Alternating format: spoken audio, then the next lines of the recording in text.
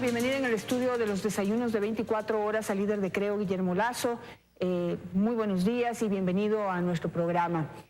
Se termina esta corta campaña electoral y pues ya estamos a 3 días de ver lo que decida el pueblo ecuatoriano en torno a las 7 preguntas de la consulta popular. ¿Cuál es su sentir al terminar esta campaña electoral? Bueno, el sentir es el sentir de todos los ecuatorianos, la aspiración de un cambio. El sí representa una alternativa de cambio, no total, pero es un avance en materia política. Por ejemplo, decir sí a la pregunta 2. Es una pregunta muy importante para los jóvenes ecuatorianos, que aspiran también a asumir el destino de la vida del Ecuador en sus propias manos y que dicen, no queremos que se eternicen en el poder todos estos líderes políticos que no son democráticos, que no quieren un cambio para el Ecuador. Por lo tanto, decir sí para revertir esa decisión de reelección indefinida es algo que sin duda alguna debe interesarnos a todos y especialmente a los jóvenes ecuatorianos. Y en estos recorridos que usted ha hecho por diferentes ciudades y provincias del país, ¿cómo ve a la juventud ecuatoriana? Ahora, en un momento vamos a hablar precisamente con 2 de sus representantes. Representan a 2 grupos de jóvenes interesados directamente en política. Pero se tiende a creer que en términos generales la juventud, que es gran parte de la votación de este país, no está interesada en la política ecuatoriana y realmente quizás se teme pues pueda ir a las urnas sin una conciencia real de lo que significa depositar el voto, la importancia. Yo le digo a los jóvenes ecuatorianos, aprovechando esta oportunidad, que participen en política, que no pueden asumir una posición de mantenerse en su zona de confort. Yo comprendo que para muchos jóvenes es difícil, están en etapa estudiantil, algunos recién se han casado, tienen sus hijos pequeños, tienen que trabajar para crear un patrimonio para su familia, la estabilidad para su familia, pero el Ecuador es importante. El Ecuador es importante y muchas veces muchos jóvenes cansados de los políticos de siempre dicen queremos un cambio. Pero ese cambio está en la juventud, ese cambio está en la participación de aquella joven, de aquel joven que aspira a un futuro mejor para el Ecuador. Y la pregunta 2, permítame insistir, Janet, es clave y fundamental para los jóvenes ecuatorianos. Decir sí en la pregunta 2 es decir sí a una oportunidad para el recambio de líderes políticos en el Ecuador. En otro sentido, ¿cuál desde su punto de vista y su sentir es otra de las preocupaciones del Ecuador? ¿Qué piensan, por ejemplo, sobre la pregunta de la plusvalía? ¿Qué piensan sobre la pregunta 3 del Consejo de Participación Ciudadana? ¿Hay la confianza que se necesita para poder elegir ese nuevo Consejo de Transición? Un punto en donde se ha centrado la campaña por el no, diciendo que no tenemos que confiar, que no pondrán a los mejores ecuatorianos. ¿Cómo podemos garantizar que sí lo hagan? En primer lugar, con relación a la ley de la plusvalía, en todo el Ecuador usted escucha la expresión estamos hasta aquí de tantos impuestos. Por lo tanto, hay una simpatía respecto de esa pregunta porque el ecuatoriano quiere quedarse con su dinero, con el esfuerzo de su trabajo en su bolsillo para poder adquirir todos los bienes que necesita para sostener a su familia, desde alimentos, un vehículo, una casa. Y usted ve que desde el anuncio de la pregunta con relación a la ley de la plusvalía se siente una reactivación económica, un optimismo respecto a que habrán oportunidades para comprar casas de forma mucho más barata y con mejores condiciones. Por lo tanto, ahí hay una condición muy favorable en todo el país respecto de la pregunta de la plusvalía. Y nosotros le decimos a todos los ecuatorianos, vota sí por menos impuestos, porque el dinero en manos de un padre de familia crea más valor para la sociedad que en manos del gobierno. Ya vemos la estela de corrupción que ha dejado el correísmo cuando en un gobierno se vieron con abundantes recursos económicos de propiedad de los ciudadanos ecuatorianos. Con relación a la pregunta 3 del Consejo de Participación Ciudadana, con toda sinceridad, si nosotros, como era nuestro propósito, convocar a la consulta, lo hubiésemos hecho, hubiéramos planteado la eliminación del Consejo de Participación Ciudadana, que ha sido la piedra angular en la que se ha sostenido este abuso totalitario del correísmo. Pero, en todo caso, es un avance darle la oportunidad para que un Consejo de Participación transitorio pueda revisar el accionar de todos los funcionarios bajo su responsabilidad. Algunos muy malos como Polit y otros con toda sinceridad, donde se debe actuar con objetividad y permitir que terminen sus periodos para los cuales fueron elegidos en homenaje al respeto a la institucionalidad del Ecuador. Por eso yo aspiro que sea un Consejo de Participación Ciudadana transitorio que realmente responda al interés de los ciudadanos ecuatorianos. ¿Cómo garantizar que ese Consejo de Transición sea integrado por los mejores ecuatorianos y se respete lo que dice el anexo de esa pregunta, en el sentido de que no debe ser integrada o no puede ser integrada por miembros de ninguna tienda política ni personas que hayan trabajado con algún gobierno directamente en los últimos 5 años? Eso ya garantizará que los mejores ecuatorianos estarán en ese Consejo de Transición cumpliendo esta delicada e importante labor.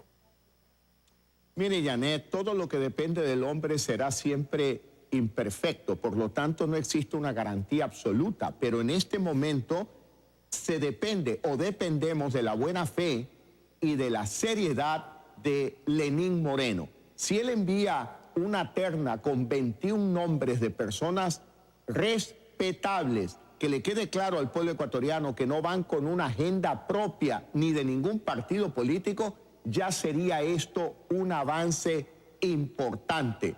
Por lo tanto, la garantía la tiene que dar Lenín Moreno a todos los ecuatorianos. Bueno, ya tienen desde ya este Consejo de Transición una importantísima tarea. Tienen que elegir un nuevo Procurador General del Estado y tienen también que, está pendiente la tarea de elegir un nuevo Contralor. Está allí también el Contralor subrogante, que no sé si pueda participar nuevamente en esa terna, pero ya tienen allí labor, ya les espera. ¿Cómo debería ser esa elección? Porque yo tengo también dudas ahí. No solamente tenemos que elegir a los mejores ecuatorianos, sino tenemos que procurar que puedan hacer su papel, que puedan hacer un buen papel. Y yo les tengo pánico a esos concursos de merecimientos. ¿Será que allí también hay que meter mano para poder garantizar que realmente también después de los mejores ecuatorianos y técnicos, por ejemplo, pueda ocupar la Procuraduría General del Estado? Janet, yo le digo al pueblo ecuatoriano, hay que estar atento. Hay que estar atento. No hay que darle un cheque en blanco a los políticos.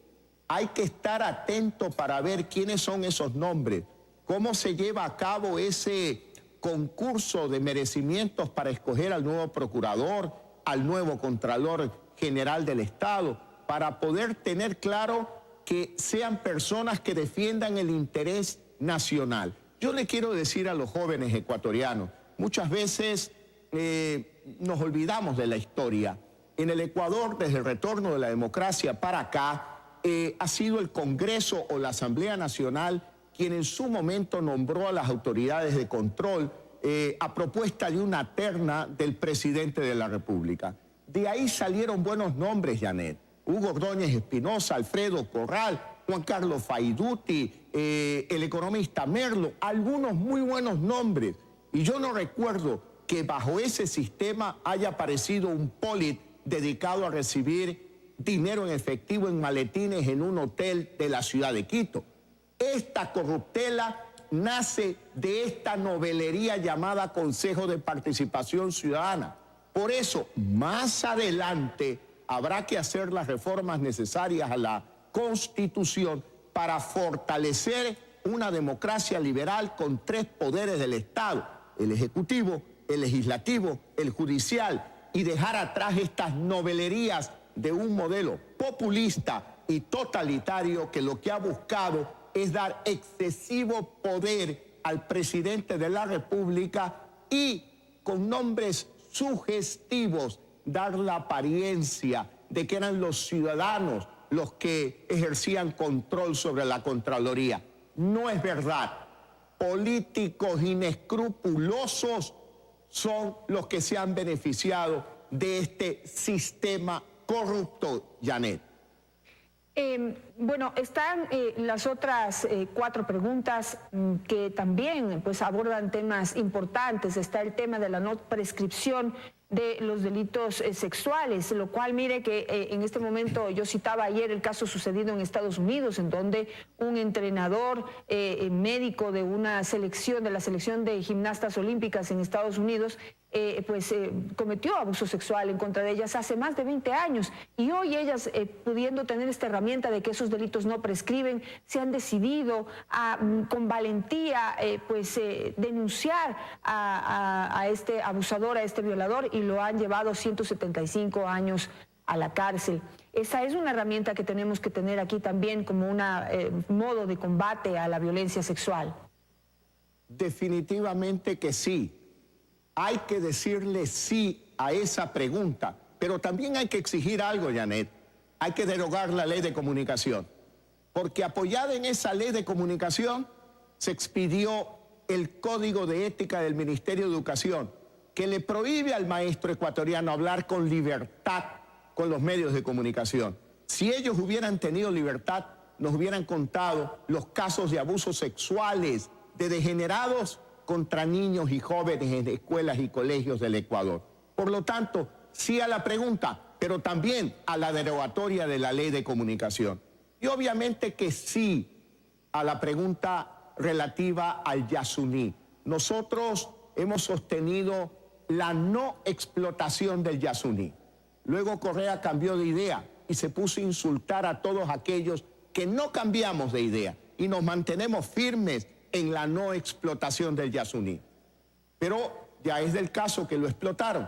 Nuestra propuesta era hacer un inventario de los daños que habían causado esa explotación. Ahora nos plantean reducir a 300 hectáreas el área de explotación. Yo le digo a los ecuatorianos, imaginemos 300 hectáreas en zonas urbanas. Eso es una extensión inmensa. A nadie le gustaría ser vecino de esa área de explotación. Yo los llamo a los jóvenes ecuatorianos.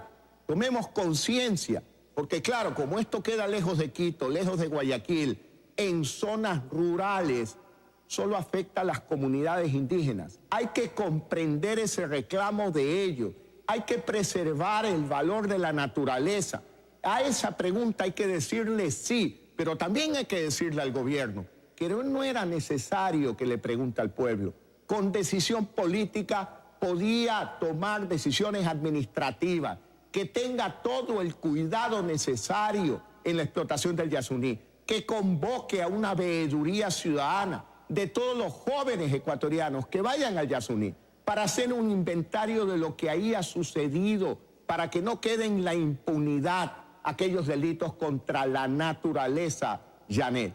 Y por último, sí también en todos los mecanismos de lucha contra la corrupción y sí a la no explotación minera en zonas como nos comprometimos nosotros, sobre la cota 2.800 metros de altura, en zonas que están relacionadas con pajonales, con reservorios de agua, como es el caso de la ciudad de Cuenca, Janet. La ciudad de Cuenca, el agua que consume Cuenca proviene de esas áreas. Usted no puede permitir explotaciones mineras a través de las cuales se corre el riesgo de la contaminación del agua. El agua es vida, el agua es salud, el agua es protección de la familia ecuatoriana. Claro, y de aquí en adelante, pues el papel de los ecuatorianos no queda solamente en depositar el voto en la consulta popular, ya que el voto es obligatorio en nuestro país, allí no termina nuestra responsabilidad, sino en ayudar a escoger a los mejores ecuatorianos, a combatir la corrupción, a proteger a nuestros niños, porque en mi caso, pues yo no quiero solamente que mis hijos tengan en un futuro la oportunidad de llevar a la cárcel a sus abusadores, no quiero que nadie abuse de mis hijos, ni de ningún niño ecuatoriano, entonces hay que trabajar en herramientas de prevención también. Y aquí ya se ha hablado que nos falta mucha creatividad a los políticos, a quienes acceden al poder en nuestro país, para pensar en alternativas y ya no seguir explotando la naturaleza, el petróleo ni la minería. y presentar otras alternativas de las que podamos vivir sin hacerle daño a nuestro país.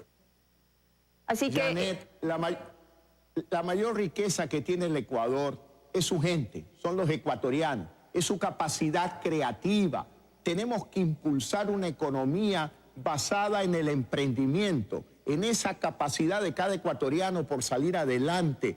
No es que es mala la explotación petrolera ni minera, no, yo no digo no de manera irracional, pero tampoco podemos atentar contra la naturaleza, contra el medio ambiente, porque ese es el futuro de vida para nuestros hijos, para nuestros niños, para nuestros nietos, Janet.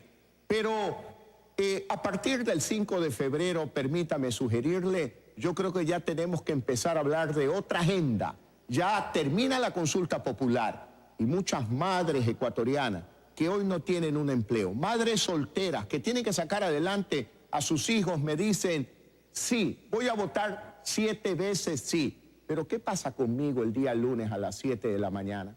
No ha cambiado nada, siguen sin empleo, por lo tanto, la consulta no es todo, Janet.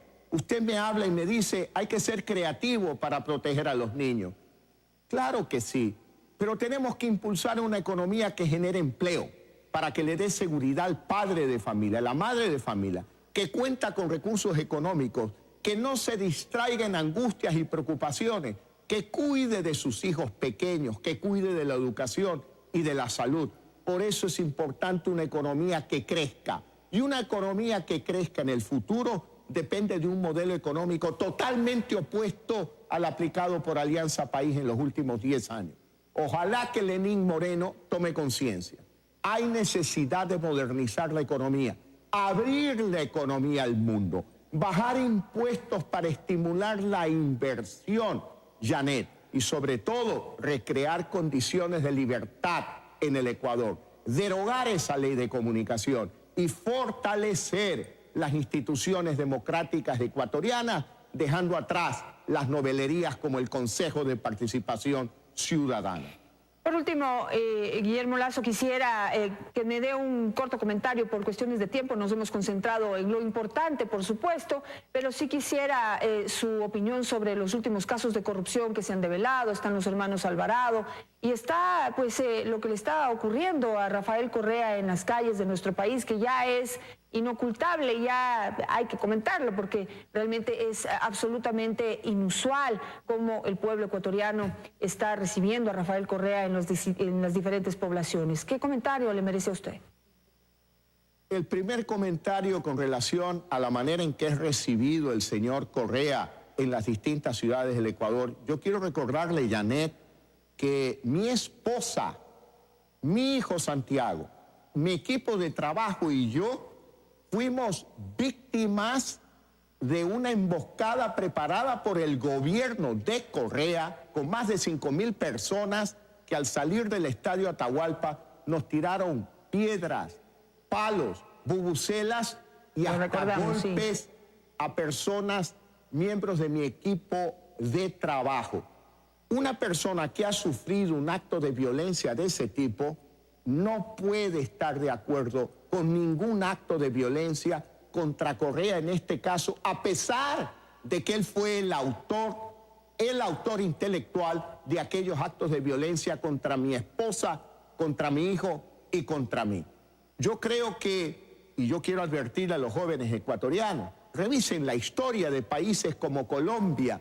Se sabe el día que comienza la violencia, pero no se sabe el día en que termina ni cómo terminan esos actos de violencia. Eso no es bueno para la sociedad ecuatoriana. Muchas personas me dicen, pero es que Correa sembró odio, está cosechando lo que sembró.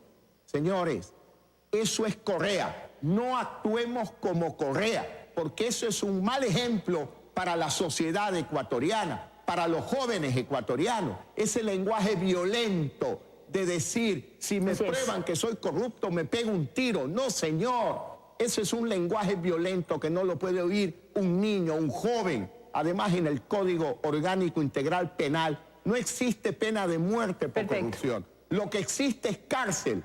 Y eso es lo que le corresponde a los corruptos como aquellos funcionarios del gobierno correísta.